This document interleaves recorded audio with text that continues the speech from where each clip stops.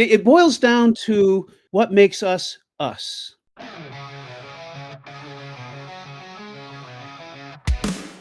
gonna chill down, protect me some love. Where CTOs share the tales and the comments. So start a few big names and the visions unfold. How many CTOs will share the stories untold? John, let's talk about AI for a minute.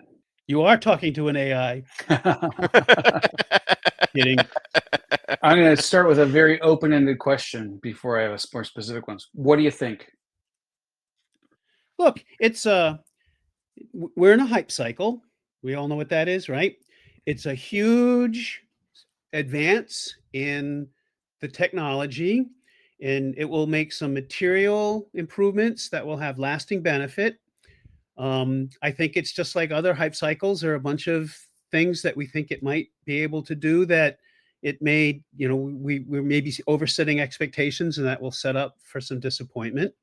And it actually, I think, instigates some very deep questions because essentially, I do a lot of statistics, as at least Scott knows, and statistics is essentially acquiring knowledge. And everyone, people hate statistics because you can prove anything with them, and it is true. So that leads to sort of a philosophical question. I think Scott knows where we're going here. And it's the branch of philosophy that deals with the question of knowledge, which is how do we know what we know and how do we know it's true? The fancy name is epistemology. And there are kind of two poles in the domain of epistemology. And one is it's called modern empiricism, and the other one's called modern rationalism. And modern empiricism is knowledge is acquired completely by experience, and causality is mostly correlation. The big philosophers are like Locke and Hume that talk about this. And then the other is modern rationalism, which is kind of Platonic, but Descartes kind of gets associated with it. And it's this perfection is in nature, and it's out there, and our job, and we have better and better understanding of nature's perfection through experience, and so there's this Platonic form, like the perfect icosahedron, and we'll never get it, but as we study it more and more, we'll understand that. And neither extreme is completely true. There was a philosopher named Immanuel Kant that he's considered more an empiricist, but he actually, in my view, did a synthesis.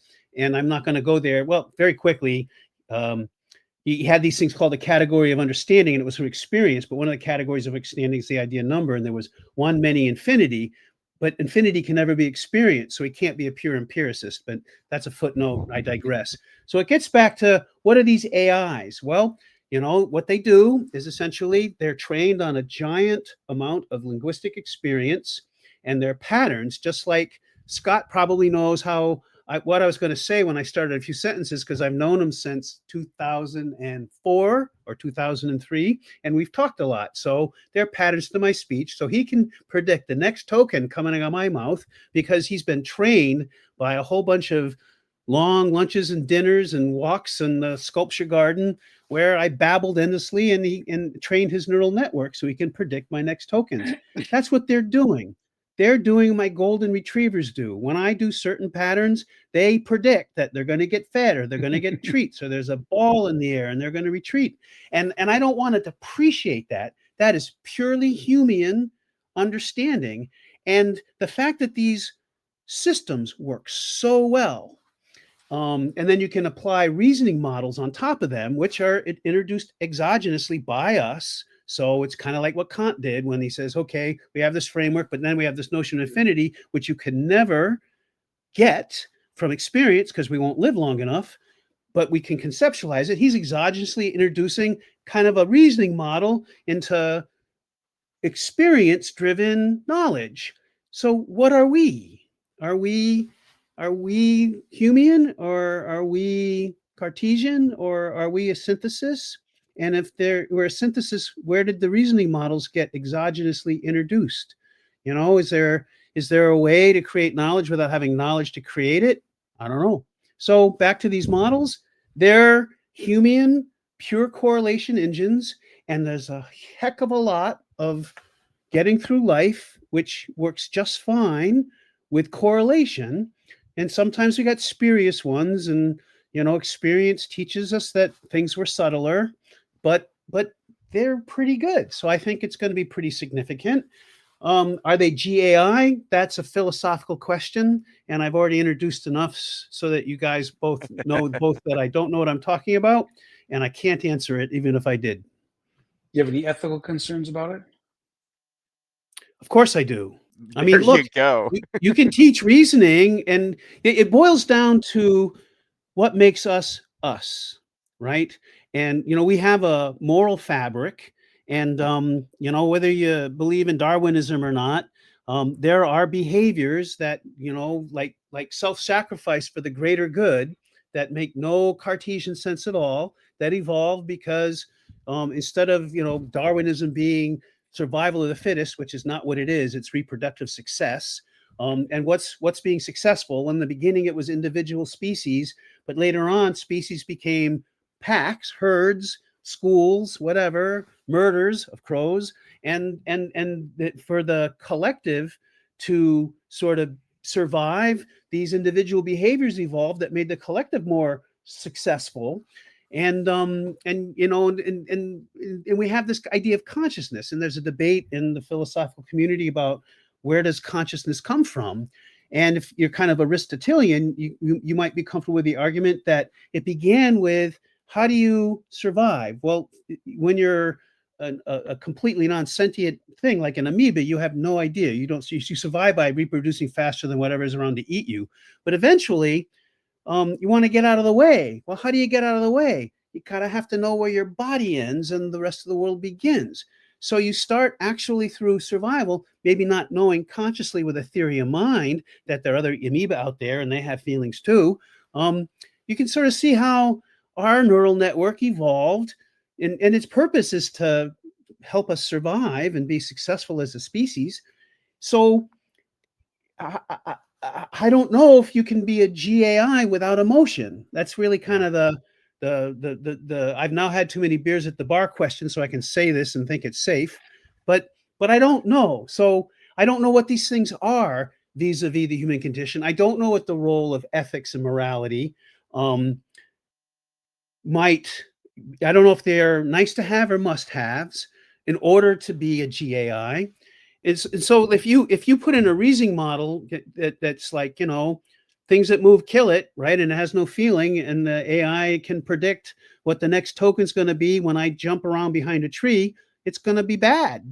So, but that you don't need to have general intelligence to do that, and you might be able to make machines that have no moral intention. And there are lots of Star Trek episodes and things. And then the flip side, right? Remember in HAL, the 2001 computer, in 2010, we found out the reason why HAL was killing Dave was because its programmers lied to it and it had this existential conflict. Oh, I remember the point I made. In philosophy, the problem of ethics is not the root one. There's 3 tiers of philosophy. There's the problem of knowledge, the problem of behavior, and the problem of governance. The problem of knowledge is epistemology. The problem of behavior is ethics. How do I, given what I know, what is the proper way to behave in this world? Well, if people can't agree on what we know, and there are axioms at the bottom of what we know, and those are leaps of faith. Which leap of faith is the right leap of faith, right?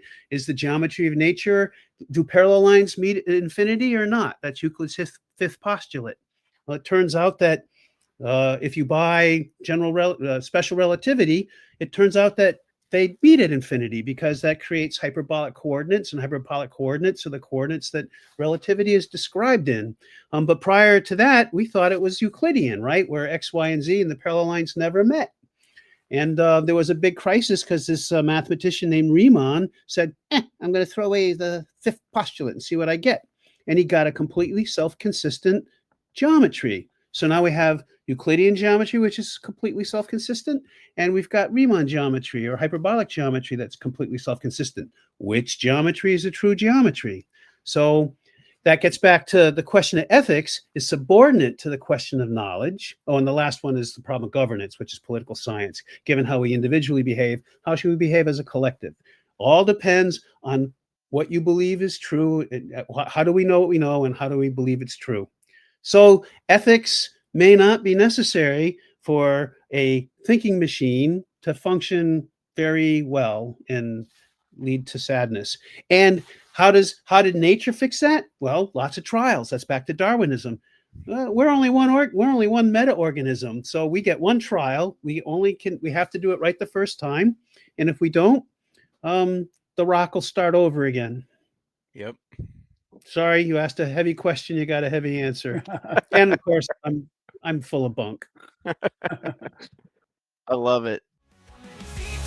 This episode of How Many CTOs Does It Take podcast was edited by Saffron Hefta-Gaub. Our theme song was AI generated by Brad. Please follow us on all the social media platforms at How Many CTOs Pod. You can find us on YouTube, LinkedIn, Instagram, Facebook, Threads, X, TikTok, and Patreon, or at our website at howmanyctospod.com. And remember to rate, review, and subscribe on the podcast platform of your choice. Thanks for listening.